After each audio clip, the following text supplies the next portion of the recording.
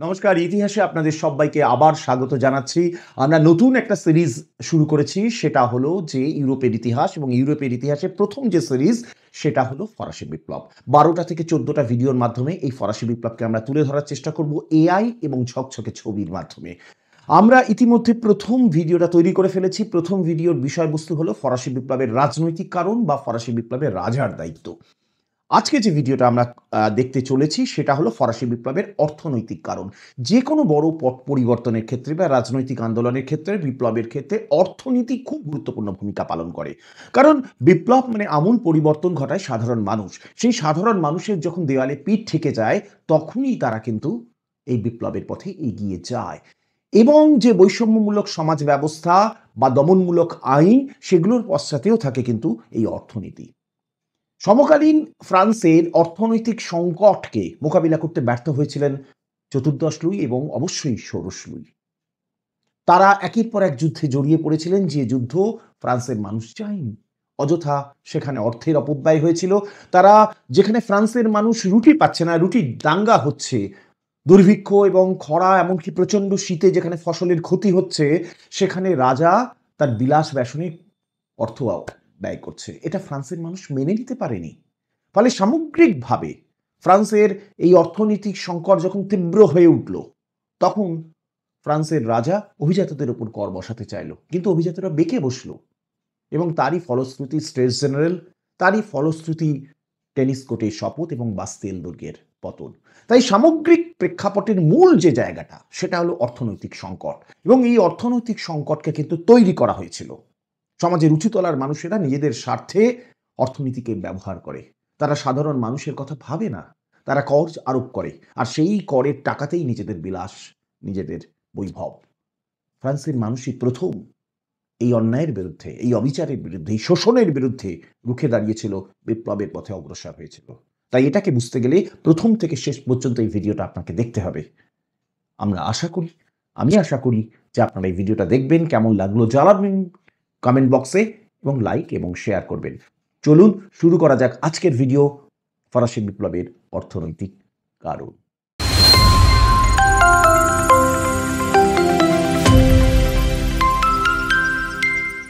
আমরা আগেই দেখেছি যে রাজা রানীর এবং অভিজাতদের বিলাস বৈভবে ভাসমান বেপরোয়া জীবনের চিত্র, পাশাপাশি বুভুক্ষু, বঞ্চিত, অসহায় মানুষদের এক টুকরো রুটির জন্য আরতি, দাঙ্গা, এক অদ্ভুত বৈষম্যমূলক সমাজকে আমরা প্রত্যক্ষ করেছি। কিন্তু দেওয়ালে পিঠ ঠেকে যাওয়া, জীবন যুদ্ধে ঠকে যাওয়া অসহায় কৃষক, কারিগর, সাকুলেরদের সঙ্গে বুর্জোয়াদের সংঘবদ্ধ প্রতিরোধ এবং আমূল পরিবর্তন বা বিপ্লবের জন্য প্রস্তুতিকে প্রত্যক্ষ করে আমরা অতীতের নিরিখে বর্তমানকে বিশ্লেষণ করতে চলেছি, এবং ভবিষ্যতের রূপরেখাও আমরা কিন্তু তৈরি করতে পারব। তাই এই ভিডিওকে প্রথম থেকে শেষ পর্যন্ত দেখবেন। ব্রিটিশ অর্থনীতিবিদ অ্যাডাম স্মিথ তার ওয়েলথ অফ নেশন গ্রন্থে সেই সময়ে ফ্রান্সকে বলেছিলেন ভ্রান্ত অর্থনীতির জাদুঘর। ফ্রান্সের একটি প্রবাদ ছিল, সেটা ছিল এরকম: the nobles fight, the clergy prays, and the people pay. এটা একেবারে অক্ষরে অক্ষরে যেন সত্যি ছিল ফরাসি বিপ্লবের প্রাক্কালে। প্রথমে আমরা আলোচনা করব বৈষম্যমূলক কর ব্যবস্থা। বিপ্লবের প্রাক্কালে ফ্রান্সের মোট সম্পদের শতকরা ৯৫% মালিক ছিলেন প্রথম এবং দ্বিতীয় এস্টেটের লোকেরা, অর্থাৎ যাজক এবং অভিজাতরা।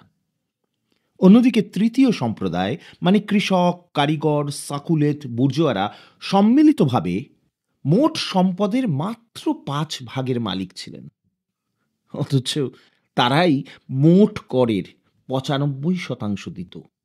ভাবুন কি বৈষম্যমূলক সমাজ ছিল সেদিন ফ্রান্সের। আসুন আমরা এক নজরে ফ্রান্সের তৎকালীন যে করগুলো ছিল সেগুলো একটু জেনে নিই। যেমন ধরুন তেইলি, এটি প্রত্যক্ষ এবং প্রধান কর। যাজক, অভিজাত, বুর্জোয়া বাদে সকলের কাছ থেকে এই কর আদায় করা হতো। ক্যাপিতাসিও, এটি উৎপাদন ভিত্তিক আয়কর, মূলত যুদ্ধ ব্যয় নির্বাহের জন্যই এই কর আরোপ করা হতো। টাইথ, এটি ধর্মকর, চার্চকে দিতে হতো। উৎপাদিত ফসলের 10 ভাগের 1 ভাগ। গ্যাবেল, এটি লবণের ওপর নির্ধারিত কর। দরিদ্র ফরাসিবাসীকে এই কর দিতে হতো। আরও আছে, যেমন ধরুন করভি, এটি হলো বাধ্যতামূলক শ্রমদান, অর্থাৎ বেগার শ্রম। সামন্তপ্রভুর খামারে কাজ করা, খাদ্য প্রস্তুত করা, রাস্তাঘাট নির্মাণ করা, দুর্গ তৈরি করা ইত্যাদি ক্ষেত্রে বাধ্যতামূলকভাবে কাজ করতে হতো। ভ্যান্ডিয়াম, স্থাবর এবং অস্থাবর সম্পত্তির উপর আয়কর। এইডাস, ভোগ্যপণ্য বিশেষত মদ বা তামাকজাত পণ্যের ওপর এই কর নেওয়া হতো। বানালি, জব ভাঙানো, মদ তৈরি করার জন্য উৎপাদিত ফসলের একটি অংশকে ধার্য করা হতো। স্যাম্পার্ট, এটি মূলত সামন্ত প্রভুদের প্রাপ্য ফসলের একটি অংশ। ডোমেইন, সরকারি খাস জমি থেকে এই কর আদায় করা হতো। লদ এভয়, সম্পত্তি হস্তান্তরজনিত কর। পেঁয়াজ, পথ, সেতু, খেয়াঘাট এগুলোর ওপর এই কর আরোপ করা হতো। তাহলে আমরা দেখতে পেলাম কত রকমের করকে দিতে হতো এই থার্ড স্টেট বা তৃতীয় স্টেটের মানুষকে। অথচ সমাজের ওপরতলায় যারা রয়েছে, অর্থাৎ যাজক বা অভিজাত, তাদের প্রায় কর দিতে হতো না বললেই চলে। এখন প্রশ্ন হলো, এত কর আদায় করার পরও আর্থিক সংকট হলো কি করে? কেন দেউলিয়া হয়ে গেল সেদিনের ফ্রান্সের রাজকোষ? আসলে রাজকোষের এই দেউলিয়া অবস্থার জন্য দায়ী ছিল অনাবশ্যক যুদ্ধ এবং বিলাসিতা। আসুন আমরা দেখে নিই। মোটামুটি 3টে ব্যয়বহুল যুদ্ধে বিপুল পরিমাণ অর্থ নিঃশেষ হয়ে গিয়েছিল। আমরা পরিসংখ্যানটাকে একটু দেখে নিই। যেমন ধরুন অস্ট্রিয়ার উত্তরাধিকার যুদ্ধ, এটা মোটামুটি 1740 থেকে 1748 এই সময়কালের মধ্যে হচ্ছে। 1.3 বিলিয়ন অর্থ এখানে খরচ হয়েছিল, যেটাকে লিভারেজ বলে। এই উপনিবেশ হারাতে হয়েছিল। এরপর সপ্তবর্ষব্যাপী যুদ্ধ 1756 থেকে 1763, 1.8 বিলিয়ন অর্থ ব্যয় হয়েছিল। বিনিময়ে কি? কানাডা এবং ভারতীয় অঞ্চলের উপর কর্তৃত্ব হারালো ফ্রান্স। এবং সবার শেষে, যেটা আমেরিকার সমস্যা, ইংল্যান্ডের সমস্যা, সেখানেও ফ্রান্স নাক গলিয়েছিল, সেটা হলো আমেরিকান বিপ্লব। 1778 থেকে 1783 এই সময়কালের মধ্যে 1.3 বিলিয়ন অর্থকে কিন্তু ব্যয় করা হয়েছিল। বিজয় লাভ করেছিল বটে, কিন্তু বিশেষ কোনো লাভ ফ্রান্সের মানুষের হয়নি। ফলে এই যে যুদ্ধ, এই যুদ্ধ কিন্তু ফ্রান্সের মানুষ চায়নি। এই যুদ্ধের অস্বাভাবিক ব্যয় ফ্রান্সের আর্থিক সংকটকে তীব্র করে তুলেছিল। তাও হয়তো কিছুটা রোধ করা যেত যদি সেই দিনের রাজা রানী অভিজাতরা কিছুটা অমিত ব্যয়িতার পরিচয় দিয়ে অর্থের অপচয়কে রোধ করতে পারতেন। কিন্তু ওই যে বলে, বিনাশকালে বুদ্ধিনাশ। ভার্সাই রাজদরবারের চোখ ধাঁধানো জৌলুস, রাজারানীর বৈভব এবং অভিজাতদের প্রাচুর্যের আড়ালে দেউলিয়া রাজকোষের বিবর্ণ চিত্র চাপা পড়ে যেত। রানী মারি আন্তোয়ানেত নিজস্ব চাকর বা চাকরানি ছিল প্রায় সপাচেক। অপরিকল্পিত খাতে জলের মতো টাকা ব্যয় হতো। বিপুল পরিমাণ প্রশাসনিক বহর, তার জন্য বিপুল খরচ। তাহলে আর্থিক সংকট ফ্রান্সের হবে না তো কার হবে? আর ঠিক এই সময়ে ফ্রান্স মুখোমুখি হয়েছিল ভয়ঙ্কর প্রাকৃতিক বিপর্যয়ের। 1788 সালে ভয়ঙ্কর শিলাবৃষ্টি হয়েছিল। গমের ক্ষেত একেবারে ধ্বংস হয়ে গিয়েছিল। 1788 থেকে 89 এই যে সময়কাল, অর্থাৎ বিপ্লবের প্রাককালে ভয়ঙ্কর শীত। নদীগুলো একেবারে বরফে পরিণত হয়েছিল। আটা কলগুলো একেবারে থমকে গিয়েছিল। অন্যদিকে পরের দিকে খরাও হলো। প্রায় 40 থেকে 50% উৎপাদন হ্রাস পেয়েছিল। ছোটখাটো প্রাকৃতিক বিপর্যয় কিন্তু হয়েছে। 1783 খ্রিস্টাব্দে আইসল্যান্ডের লাকি আগ্নেয়গিরির ভয়ঙ্কর অগ্নি উৎপাত হয়, ফলে বিশ্বব্যাপী তাপমাত্রা হ্রাস পেয়েছিল, যা প্রভাব ফেলেছিল ফ্রান্সে। 80 বছরের মধ্যে এই যে ভয়াবহ শীত, যা ফ্রান্সের মানুষকে কাঁপিয়ে দিয়েছিল।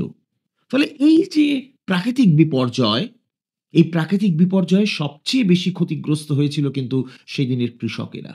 তাদের উৎপাদন অনেক কমে গিয়েছিল, অথচ করের বহর কিন্তু একেবারেই কমেনি, বরঞ্চ সেই কর আদায়ের জন্য তুমুল অত্যাচার, নির্মম শোষণ। এমতো অবস্থায় রুটির দাম বেড়ে গেল প্রায় 88%। একজন কারিগর যা আয় করত তার প্রায় 60% ব্যয় হয়ে যেত রুটির পেছনে। তাহলে মানুষ খাবে কি, বাঁচবে কিভাবে? শুধুমাত্র প্যারিসেই প্রায় 4 লাখ বেকার ছিল। চারিদিকে খাবারের সংকট শুরু হয়ে গেল, দোকান লুট হওয়া শুরু হয়ে গেল, এমনকি রুটিও লুট হলো। 1775 সালে এই রকম একটি বড়সড় হাঙ্গামাকে আটা যুদ্ধ বলে অভিহিত করা হয়। 1789 খ্রিস্টাব্দে বিপ্লবের প্রাক্কালে খাদ্যের জন্য দাঙ্গা ছড়িয়ে পড়েছিল।